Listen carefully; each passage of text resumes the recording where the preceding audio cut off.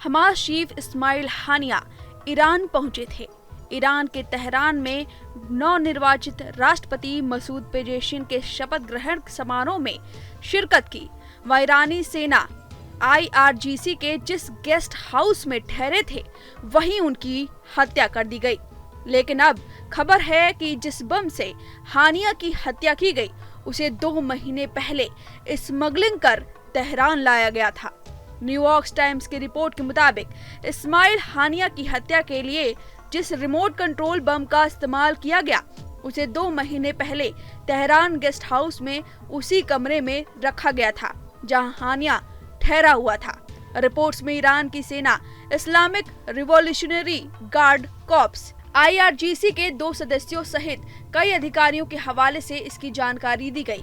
यह नया खुलासा उन शुरुआती रिपोर्ट्स से बिल्कुल अलग है जिसमें कहा गया कि मिसाइल हमले से हानिया की मौत हुई। रिपोर्ट में ईरान के कुछ अधिकारियों के हवाले से बताया गया कि तेहरान में हानिया की हत्या IRGC के लिए बेहद शर्मिंदगी की बात है, क्योंकि जिस गेस्ट हाउस में हानिया और अन्य मेहमान ठहरे थे वही इसे ऑपरेट करता था, यानी कि सुरक्षा IRGC के हाथ में थी जिस रूम में हानिया की हत्या हो गई। हानिया तेहरान में नशहत नाम के IRGC के कंपाउंड में ठहरा हुआ था।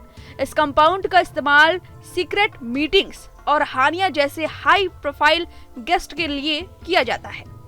IRGC अधिकारियों का कहना है कि हानिया की मौत बम धमाके में हुई थी।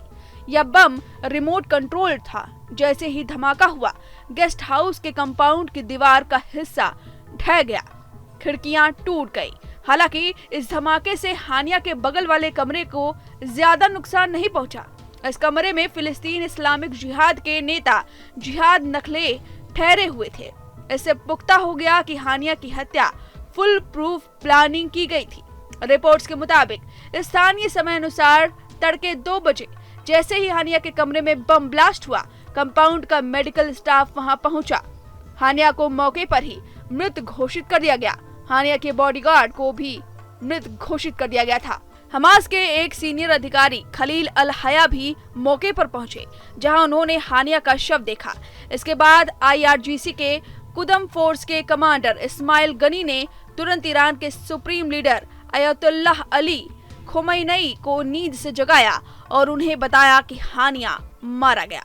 रिपोर्ट्स में एक अधिकारी ने बताया कि इस तरह के ब्लास्ट के लिए महीनों की प्लानिंग और सर्विलांस की जरूरत पड़ती है।